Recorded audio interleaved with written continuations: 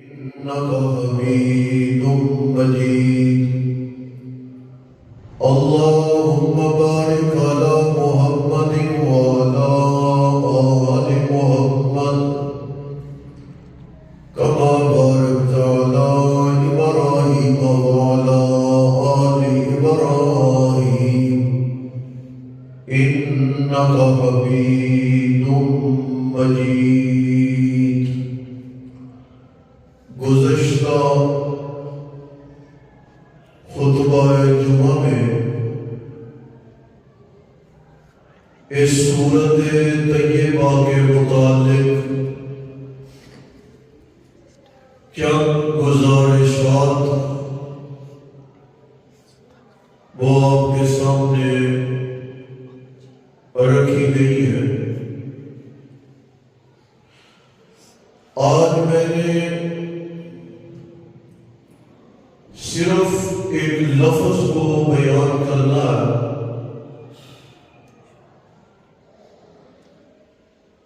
کہ اسی سورت طیبہ میں ایک لفظ یہ بولا گیا، ان الانسان، کہ یہ جو انسان ہے ساری مخلوقات سے جسے نمایاں اور قد کاٹ نصیب کیا گیا ہے، اور ساری مخلوقات میں جسے سب سے زیادہ عزت اور شرف بخشا گیا ہے، اور تمام تر مخلوقات میں جسے امامت، قیادت اور سربراہی کا اعزاز بخشا گیا ہے،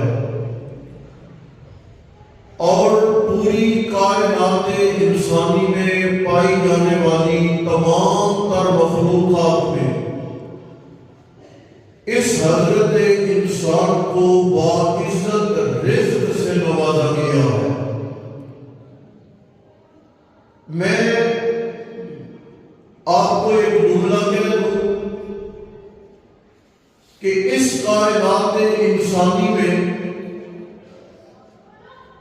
انسان وہ مخلوق ہے جس کا پیدا ہونا بھی باعزت ہے اور دنیا سے جانا بھی باعزت ہے. کانوں میں اذان پڑھی گئی، اقامت پڑھی گئی،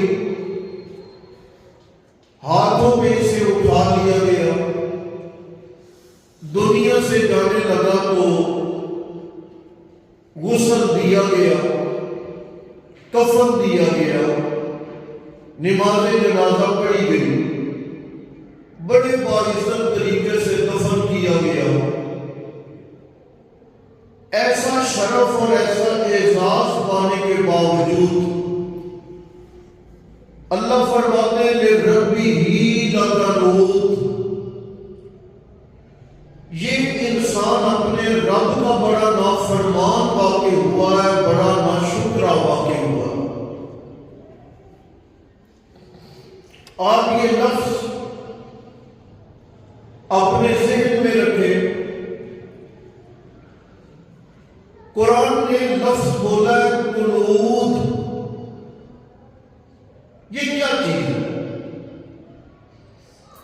مفسرین اکرام نے جو کئی معنی بیان فرمائے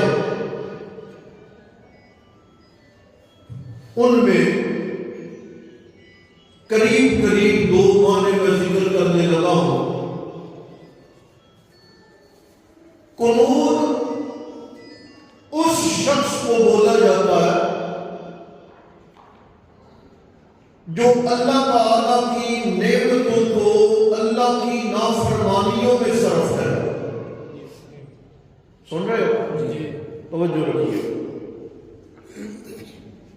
قنوت اس شخص کو بولا جاتا ہے جو اللہ کی نعمتوں کو اللہ کی نافرمانیوں پر صرف کرے. اور مفسرین نے کہا کہ قنوت اسے کہا پہچان نہ سکے۔ یہ دو باتیں ہیں، انہی کو میں نے ذکر کرنا ہے۔ اپنا جیسا لینا ہے، اپنا احتساب کرنا ہے، اپنے ماحول کا احتساب کرنا ہے، جانچ کرنی ہے۔ آپ کو یاد ہوگا کہ قرآن نے اس سورت کے آغاز میں گھوڑوں کی کئی کیفیات کو ذکر فرما کر قسمیں کر لی، اور ان قسموں کے بعد یہ پیغام دیا، ان الانسان لربہ لکنود۔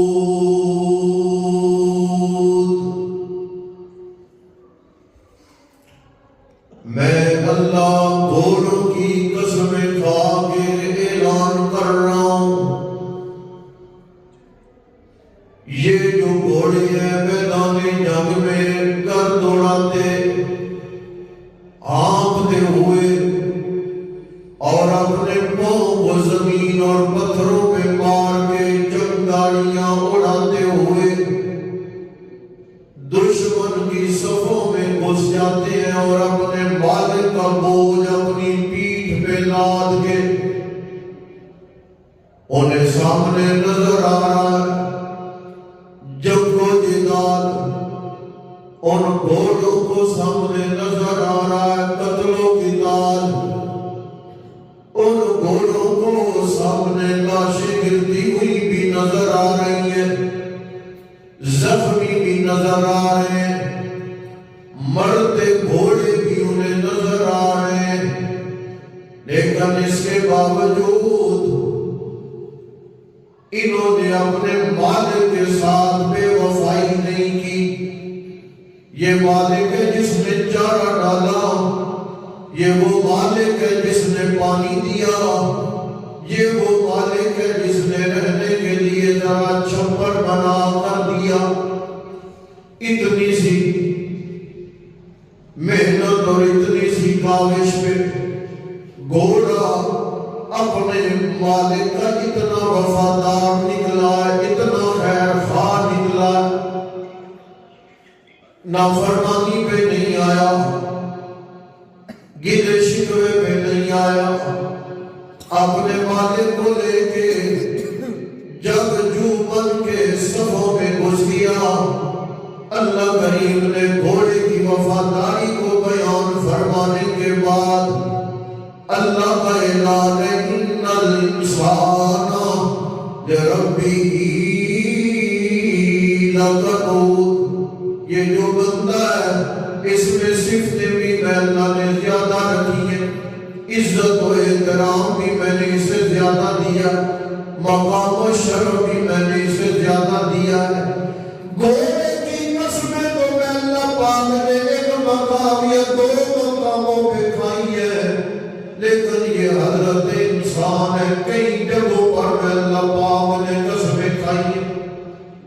والتین، مجھے تین کی قسم ہے، والزیتون، میں اللہ کو زیتون کی قسم ہے، وطور سینین، مجھے اس پہاڑ کی قسم ہے جس پہاڑ پہ میں اللہ پاک نے موسیٰ علیہ السلام کو تورات والی عزت سے ہمکنار فرمائے۔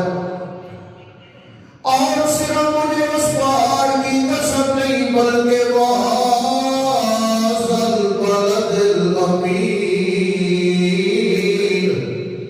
مجھے اس شہر مکہ کی قسم ہے جہاں پر میں اللہ نے محمد مصطفیٰ کے سینے پہ قرآن اتارنا شروع کیا۔ قسمیں پہ قسمیں اللہ پاک نے اٹھائی اور اعلان فرمایا، لقد خلقنا الانسان فی احسن تقویم۔ ساری مخلوقات میں اللہ پاک کی قدرت کی شاہکار ہے، لیکن جتنا قدر و منزلت میں اللہ پاک نے حضرت انسان کو شرف عطا کیا ہے، اتنی قدر و منزلت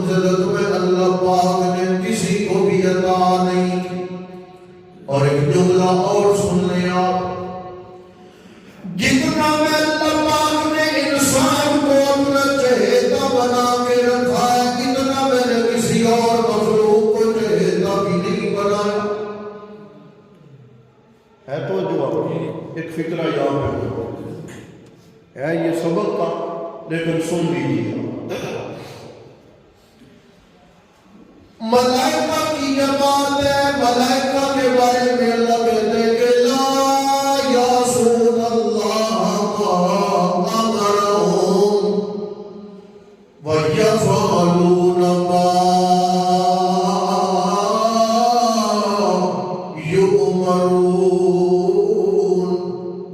یہ جو ملائکہ فرشتوں کی جماعت ہے، یہ تو میری نافرمانی کرتے نہیں، کبھی بھی انہوں نے حکم عدولی نہیں کی، کبھی بھی انہوں نے نافرمانی نہیں کی، لیکن یہ جو انسان ہے دل کا آغاز نافرمانیوں سے رات سونے تک نافرمانیوں میں لگا رہتا ہے، اور جب سونے لگتا ہے تو کل کے دن کی نافرمانیوں کے بارے میں اپنے پلان ترتیب دیتا رہتا ہے۔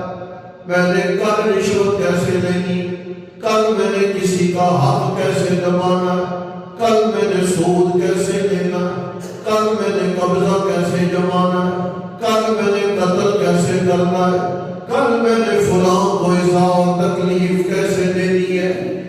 ہر دن یہ اپنی نافرمانیوں کی پلاننگ میں رہنے کے باوجود میں اللہ پاک نے انسان کو اتنا چہیتا بنا کے رکھا ہے کہ میرا بندہ تیری عمر کی لسٹ ختم ہونے میں آ گئی ہے، دن ختم ہونے پہ پہنچ گئے، اب تو گناہ کر کر کے تیری آنکھوں سے آنسو بھی خشک ہو گئے، قطرہ بھی زمین پر نہیں گرتا، لیکن چونکہ میرا چہیتا ہے میرے در پہ آ جا، نہ قطرہ گرا، نہ خطا کے لیے آنسو بہا، بلکہ رونے کی شکل بنا اور میرے سامنے بولتی نہیں، رونے کی شکل بنا کے میرے سامنے آ جا، تیرے پچھلے سارے گناہوں پہ اللہ میں مغفرت کر دوں۔ اب ذرا سمجھیں یہ جو قنوت ہے یہ کیا ہوتا ہے؟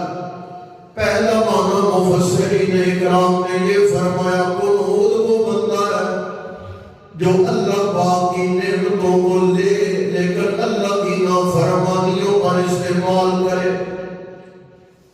اب دیکھ لیں اللہ کی نعمت مال ہے جو اللہ نے ہمیں عطا کر رکھی ہے، کون سی نافرمانی ہے جس پر ہم نے نعمت مال کو صرف نہیں کیا؟ شراب ہے، ہمارا پیسہ شراب پہ، ہمارا پیسہ نشے پہ، ہمارا پیسہ جوئے پہ، ہمارا پیسہ قتل و قتال پہ، ہمارا پیسہ مہندیوں کے رسم و رواج پہ، ہمارا پیسہ ان بے ہودگیوں پہ آئے دن صرف ہو رہا ہے۔ اللہ کی نعمت کو اللہ کی نافرمانی پر استعمال کرنا، اللہ فرماتے ہیں ان الانسان لربہ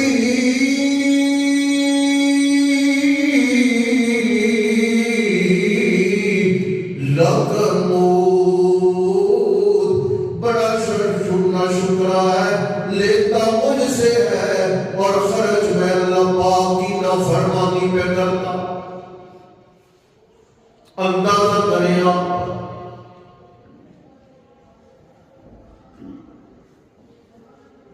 آپ صلی اللہ علیہ وسلم کے طریقے کو، آپ علیہ السلام کی سنت طیبہ کو اپنانا، وہ تو ہم نے کب نہ ترک کر کے رکھ دیا۔ آئے دن نافرمانی، آئے دن ہماری غفلت، آئے دن سنت کے ساتھ ہماری رخ مڑتا جا رہا ہے، حالانکہ سنت طیبہ اللہ کے پاک پیغمبر علیہ السلام کی کیا؟ آپ نے فرمایا نکاح کو آسان کرو، زنا بدکاری خود بخود کائنات میں مشکل عمل بن جائے گا۔ ہم نے نکاح کو مشکل بنا دیا، رسمیں لگا کے، رواج لگا کے، برادری کے فرامین لگا کے، حالانکہ اللہ کے پاک پیغمبر علیہ السلام کے دور میں حضرت عبد الرحمن بن عوف رضی اللہ اللہ تعالیٰ عنہ کا نکاح ہوا، کوئی شور شرابہ نہیں ہے، کوئی ہلا گلا نہیں ہے، حتیٰ کہ اللہ کے پاک پیغمبر علیہ السلام کو بھی علم نہیں ہوا۔ کچھ دن گزرے، حضرت عبد الرحمن بن عوف رضی اللہ تعالیٰ عنہ کے کپڑوں پر رنگ لگا ہوا ہے۔ آپ نے پہچانا کہ یہ جو کچا رنگ ہے ممکن ہے خاتون کا لباس تھا۔ وہ پاس بیٹھی، اس کا رنگ حضرت عبد الرحمن کے کپڑوں کو لگ گیا۔ اللہ کے نبی علیہ السلام نے فرمایا عبد الرحمن تو نے نکاح کر لیا؟ جی یا رسول اللہ میں نے نکاح کر لیا۔ آپ صلی اللہ علیہ وسلم نے فرمایا عبد الرحمن یہ تو ٹھیک ہے، مبارک کی بات ہے، لیکن ایک کام کر لے، ذرا ولیمہ کر، بلاؤ بشاتن، اگرچہ بکری کیوں نہ ہو اسے ذبح کر کے ولیمہ کر لے۔ کائنات کی عظیم ترین ہستی محمد کریم صلی اللہ علیہ وسلم کو بھی اپنے یار کے نکاح کا پتہ بولو، اتنا آسان ترین نکاح، اتنا باسہولت نکاح۔ حضرت سعید بن مسیب رحمت اللہ تعالیٰ علیہ ایک تابعی ہے، آپ رحمت اللہ علیہ کی بیٹی جوان ہو گئی ہے، دیندار ہے، تعلیم یافتہ ہے، خوبصورتی میں کمال ہے۔ بڑے بڑے سربراہان نے حضرت سعید بن مسیب رحمت اللہ علیہ کے گھر میں ان کی بیٹی کے لیے پیغام نکاح بھیجا۔ آپ رحمت اللہ علیہ نے کسی کو بھی ابھی تک جواب نہیں دیا، ہر کوئی منتظر ہے، ایک پیغام بھیجتا ہے، دوسرا سوچتا ہے کہ میں زیادہ امیر ہوں، ممکن ہے سعید میرے ہاں جواب دے دے، تیسرا سمجھتا ہے کہ میں زیادہ سرمایہ دار ہوں، ممکن ہے میرے بیٹے کے لیے پیغام پر ہاں ہو جائے، چوتھے کا خیال ہے میرا اثر رسوخ زیادہ ہے، ممکن ہے میرے لیے ہاں ہو جائے۔ لیکن حضرت سعید بن مسیب رحمت اللہ علیہ خاموش ہے، ابھی تک دیکھتے جا رہے ہیں۔ اتنے پیغامات کے باوجود کسی سرمایہ دار کے لیے، کسی مالدار کے لیے، کسی اثر رسوخ والے کے لیے حضرت سعید بن مسیب رحمت اللہ علیہ نے ہاں نہیں کی۔ اپنے شاگردوں میں، پڑھنے والوں میں ایک جوان ہے، کپڑے پھٹے پرانے ہیں، کھانے کے لیے کچھ نہیں ہے، لیکن ایک زمانہ ہو گیا اپنی ذہانت سے اس نے اپنے استاد کو متاثر کر رکھا ہے۔ حضرت سعید بن مسیب رحمت اللہ علیہ ایک دن سبق پڑھانے کے بعد آپ نے اپنے شاگرد کو بلایا، آپ نے فرمایا جا کے اپنے گھر والوں سے مشورہ کر لے، میں سعید بن مسیب اپنی بیٹی کا نکاح تجھ سے کرنا چاہتا ہوں۔ جاگ رہے ہو؟ جملہ سنیے گا۔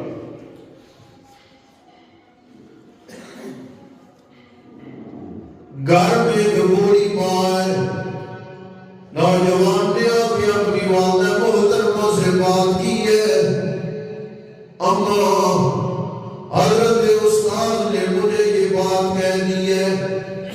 والدہ کہنے لگی عجیب بات ہے، بڑے بڑے سربراہان کو سعید نے جواب نہیں دیا، ہمارے گھر میں کیا ہے، پھٹے پرانے تیرے کپڑے، کچھ تھوڑا سا سامان ہے، کچا مکان ہے، ہماری تو گزر بسر بھی بڑی مشکل سے ہوتی ہے۔ حضرت سعید بن مسیب نے ہمارے گھر میں کیا دیکھ لیا؟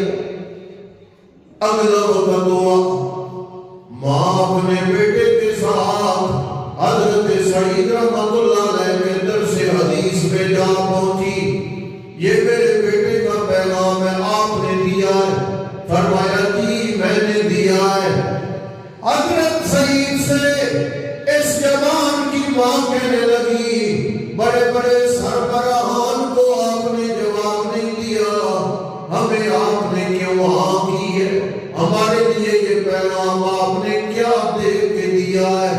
جملہ ممکن ہے آپ کی طبیعت کے موافق ہو یا نہ ہو۔ حضرت سعید بن مسیب سے مانگنے لگی، کیا دیکھا آپ نے؟ ہمارے گھر میں کچا مکان ہے، پھٹے پرانے کپڑے ہیں۔ حضرت سعید نے جواب دیا، میں نے مکان نہیں دیکھا، میں نے آپ کے بیٹے کا دین دیکھا ہے۔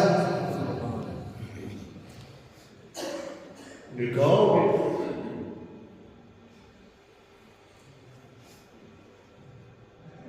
سبق کے دورانیے میں نکاح کتنا آسان، مگر پابند ہونے لگا۔ آپ رحمت اللہ علیہ نے اپنی بیٹی کو ساتھ لیا اور اپنے شاگرد کے دروازے پر جا کر دستک دی، کون ہو؟ میں سعید ہوں۔ دروازہ کھولا شاگرد نے، ماں بھی پاس موجود ہے۔ حضرت سعید بن مسیب رحمت اللہ علیہ نے اپنی بیٹی گھر میں داخل کی اور فرمایا یہ آپ کی امانت ہے، نکاح ہو گیا، آپ کی امانت ہے، آپ کی امانت میں آپ کے سپرد کرنے کے لیے آپ کی چوکھٹ پہ آیا ہوں۔ میرے دوستو یاد رکھو، دین آسان ہے، دین میں مشکل نہیں ہے۔ اللہ نے دین میں ہر سہولت رکھی ہے۔ دین سے کٹ جاؤ گے نقصان اٹھاؤ گے، دین سے کٹ جاؤ گے رسم و رواجوں میں پڑو گے، الجھ جاؤ گے۔ اللہ کے نبی علیہ السلام کو جو اللہ نے آخری دین دیا ہے، ہمارے ہر عمل کے لیے قانون ہے، ہر معاملے کے لیے ضابطہ ہے۔ لہٰذا پہلا قول مفسرین نے فرمایا، قنوت وہ بندہ ہوتا ہے جو اللہ کریم کی نعمتوں کا استعمال اللہ پاک کی نافرمانیوں پر کرے۔ اور دوسرا معنی مفسرین اکرام نے کیا، قنوت وہ بندہ ہے جو نعمتیں تو اللہ کی استعمال کرے لیکن وہ اپنے اللہ کی پہچان نہ کرے۔ رزق اللہ نہ کھائے لیکن پہچان اللہ کی نہ کرے، اللہ کی مہیا کردہ ہوا سے سانس کو لے لیکن اللہ کی شکر گزاری کے اندر جملہ نہ بولے، ہاتھ پاؤں تو اللہ کے استعمال کرے لیکن سجدے کے لیے اللہ کے سامنے جھکنے پر آمادہ نہ ہو۔ میرے دوستو ایک آخری جملہ آپ سن لیں، یہ جو سجدہ ہے یہ بندے کے تمام تر اعضاء کا شکریہ ہے۔